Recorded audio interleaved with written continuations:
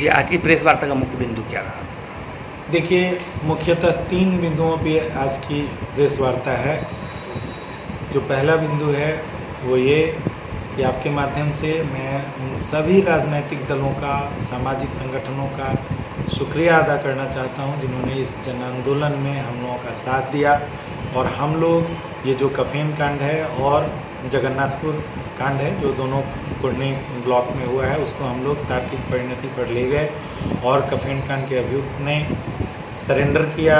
उसके घर पे बुलडोज़र चला, तब उसने जाकर सरेंडर किया, तो कुर्की जब्ती हुई और सरेंडर भी हुआ।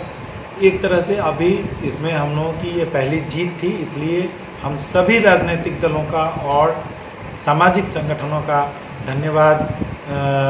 उनको धन्यवाद देना चाहते हैं अपनी तरफ से और अपनी पार्टी की ओर से भी कि आप लोगों ने हमारा सहयोग किया और हम लोग मिलकर एक जन आंदोलन चलाए जिसकी वजह से अभियुक्त सरेंडर किया और अभी जेल में है।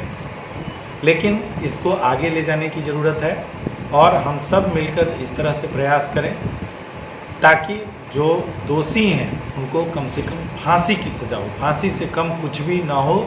इसके लिए हम लोग को फिर दूसरे चरण में आंदोलन चलाने की ज़रूरत है। इसके लिए हम लोग दोनों परिवार को अपनी ओर से कानूनी सहायता उपलब्ध करा रहे हैं। कानूनी सहायता उपलब्ध कराने में जो भी खर्च होगा वो हम लोग वहन करेंगे और दोनों परिवार को कानूनी सहायता उपलब्ध कराएंगे। जो इसका दूसरा पहलू था वो ये था कि इस दरमियान जब आदरणीय उप मुख्यमंत्री जी और बिहार सरकार के दूसरे मंत्री जी जो स्थानीय विधायक भी हैं, आदरणीय केदार गुप्ता जी, वो वहाँ गए थे परिवार वालों के साथ। उन लोगों ने केदार गुप्ता जी ने बदसलूकी की थी, जिस तरह से उन्होंने परिवार के सदस्य को धक्का दिया और कहा कि तुम बेटा का कसम खाओ, ये एब्यूजिव है। इस तरह के लैंग्वेज का प्रयोग नहीं करना चाहिए। देश संविधान से चलता है, सरकार भी संविधान से चलती है। जादू टोना कसम ये नहीं संविधान में चलता है। इस तरह का लैंग्वेज उन्हें यूज़ नहीं करना चाहिए। इसलिए आपके माध्यम से हम उनसे आग्रह करते हैं कि आप 48 घंटे के अंदर सार्वजनिक रूप से माफ़ी मांगिए।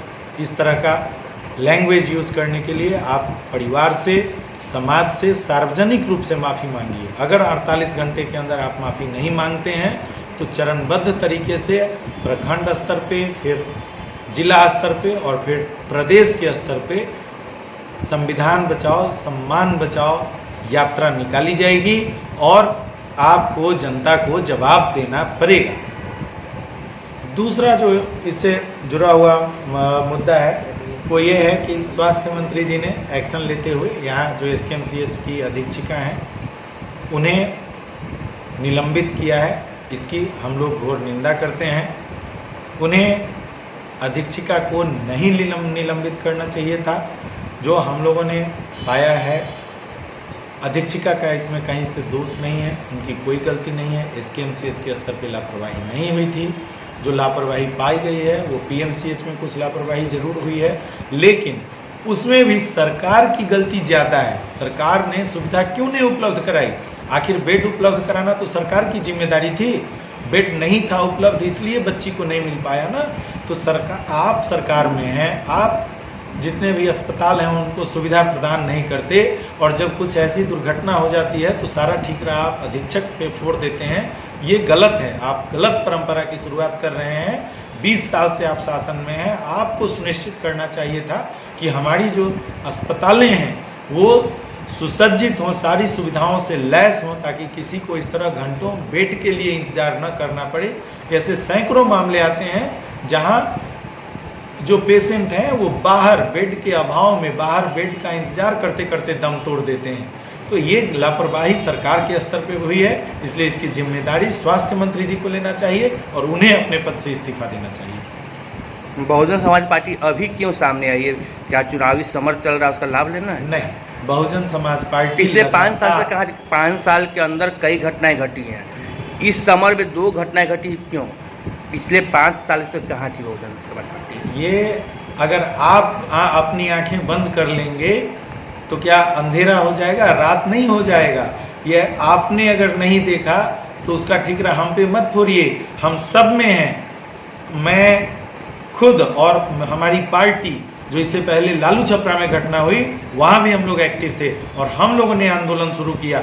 लालू छपरा हम लोग गए और बच्ची को, वहाँ तो कोई चुनाव नहीं था, आज से लगभग 1 साल पहले की वो बात है।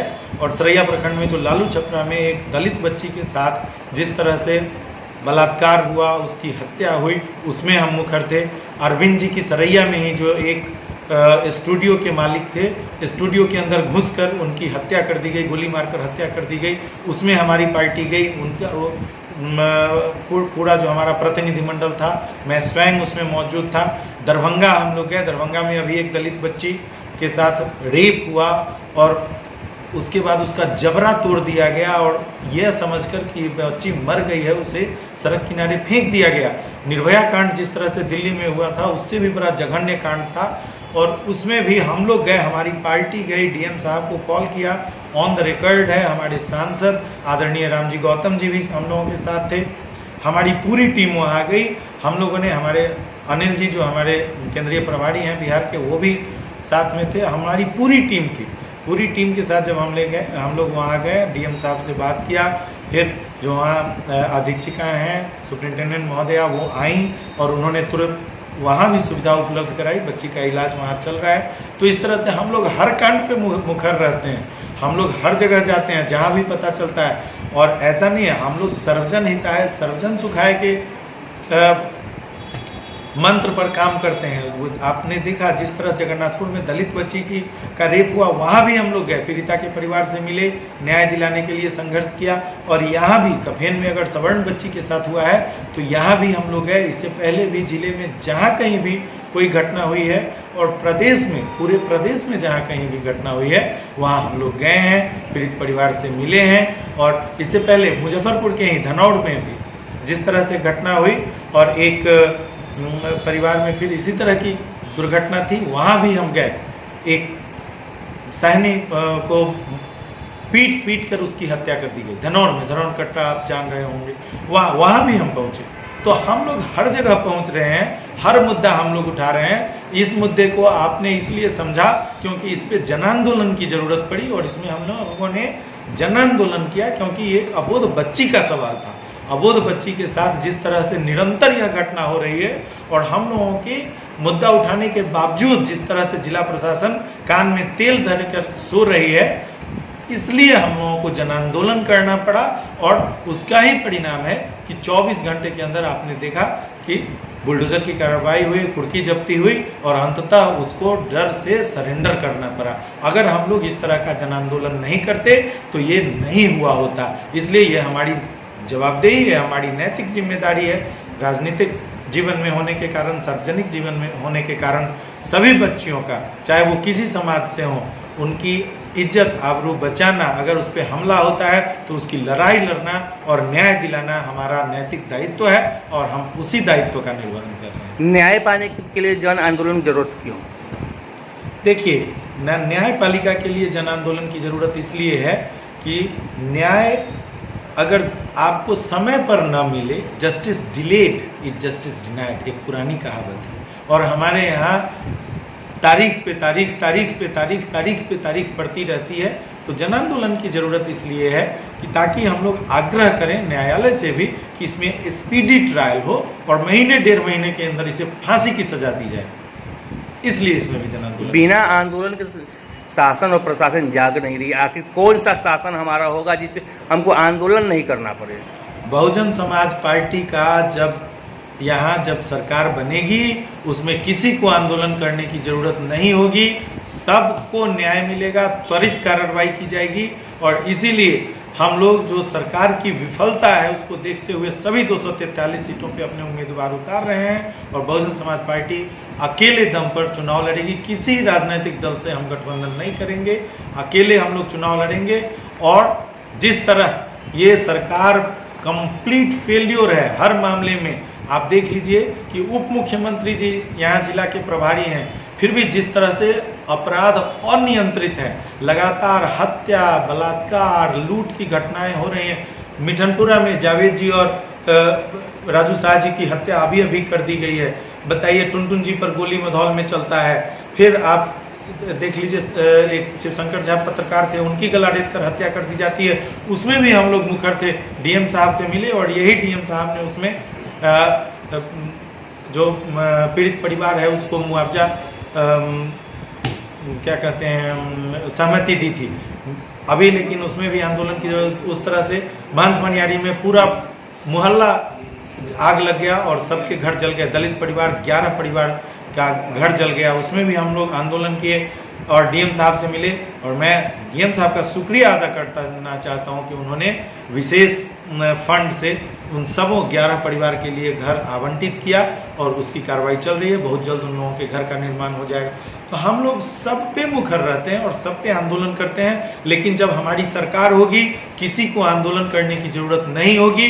हम लोग स्वतः संज्ञान में लेंगे और कोई अपराधी छूटने ना पाए और अपराधी को इस तरह की सजा देंगे कि वह सबक होगा अपराधियों के लिए और कोई इस तरह की सोच भी नहीं पाएगा कि इस तरह का अपराध करे। कोरनी के जो 2 मामले आए हैं, इसमें जो आंदोलन चला, क्या इसमें आगे भी आंदोलन की जरूरत लग रही है? इसमें क्या देखिए, अभी तो इसमें आंदोलन की ज़रूरत नहीं महसूस की जा रही है क्योंकि अपराधियों ने सरेंडर कर दिया है और दोनों अभी सलाखों के पीछे हैं। अब हम लोग न्यायालय से आग्रह करेंगे कि इसका स्पीडी ट्रायल हो और दोनों मामले में जो दोषी है उसको फांसी की सजा मिले।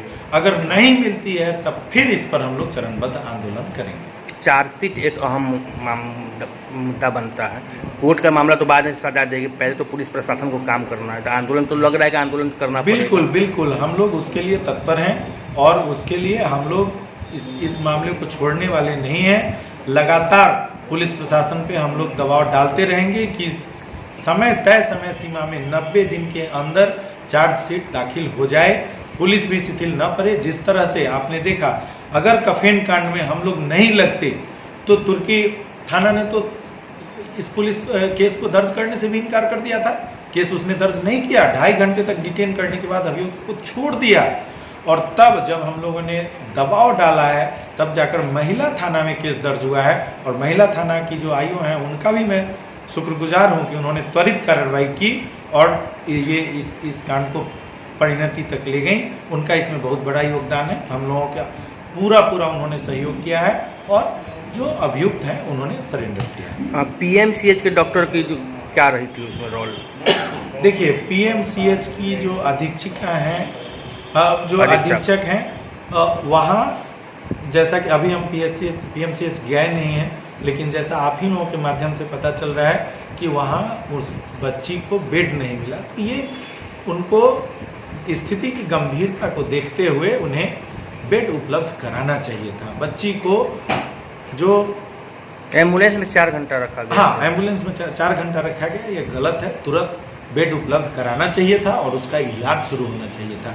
इस तरह की गंभीर स्थिति में भी अगर आप छोड़ देंगे, भगवान भरोसे छोड़ देंगे, क्या वो दलित बच्ची थी इसलिए आपने उसका इलाज नहीं किया? पीएमसीएच के अधीक्षक पे जो कार्रवाई हुई है वो सही है? पीएमसीएच के अधीक्षक पे कार्रवाई होनी चाहिए थी। उनको किसी तरह बेड उपलब्ध कराना चाहिए था। उन्होंने बेड उपलब्ध नहीं कराया, ये उनका नेग्लिजेंस है। उन्होंने क्यों ऐसा किया, ये हम लोग पीएमसीएच, हमारा प्रतिनिधिमंडल पीएमसीएच जाएगा और इस बात का भी पता लगाएगा कि आखिर उन्होंने क्यों किया। लेकिन यह भी सच है कि सरकार भी जितना बेड उपलब्ध कराना चाहिए उतना बेड सरकार ने उपलब्ध नहीं कराया है। तो यहाँ सरकार भी बराबर की दोषी है। अगर हम सुविधा उपलब्ध नहीं कराएंगे तो फिर जो हमारे डॉक्टर्स हैं वो कैसे इलाज कर पाएंगे? इलाज करने के लिए संसाधन की ज़रूरत होती है। साधन संसाधन तो सरकार ही उपलब्ध कराएगी ना। तो ये सरकार की भी गलती है, सरकार का भी नेग्लिजेंस है। आप 1 साल 2 साल नहीं, पिछले 20 साल से जनता दल भारतीय जनता पार्टी की सरकार है। इन्हें कम से कम पीएचसी में, जब राजधानी में सरकारी अस्पताल में सुविधा उपलब्ध नहीं है तो बाकी जगह क्या हालत होगी आप अंदाज़ा लगा सकते हैं। इसलिए पीएमसीएच को कभी बेड का अभाव न झेलना पड़े, ये सरकार की जिम्मेदारी थी। सरकार को देखना चाहिए था। अगर वहाँ अभी भी बेड का अभाव है तो सरकार एक नया आईसीयू का निर्माण करे जो सभी आधुनिक सुविधाओं से लैस हो, ताकि कोई भी बच्ची इस तरह अरे एसकेएमसीएच के डॉक्टर हो या पीएमसीएच के डॉक्टर हो, वो काम नहीं करना चाहते हैं या अभाव है? क्योंकि पैरवी अगर होता है तो काम हो जाता है। उसी संसाधन में पैरवी पे काम होता है। देखिए, लगता है कि वो काम करना नहीं चाहते हैं। इसमें दोनों बातें हैं। सुविधाओं का भी अभाव है। आप ऐसा नहीं कह सकते कि एक तरफ से ही गलती है। कुछ केसेस में उधर से भी नेग्लिजेंस होता है, लेकिन ज़्यादातर केस में साधन का भी अभाव रहता है। अगर बेड उपलब्ध है और तब डॉक्टर नहीं दे रहे हैं तो डॉक्टर की गलती है, लेकिन बेड अगर है ही नहीं तो अब ज़मीन पे लिटा के तो इलाज नहीं किया जा सकता है। तो ये भी हमें देखना होगा, जो वेंट पे पेशेंट है और वेंटिलेटर उपलब्ध नहीं है तो उसका इलाज कैसे संभव है।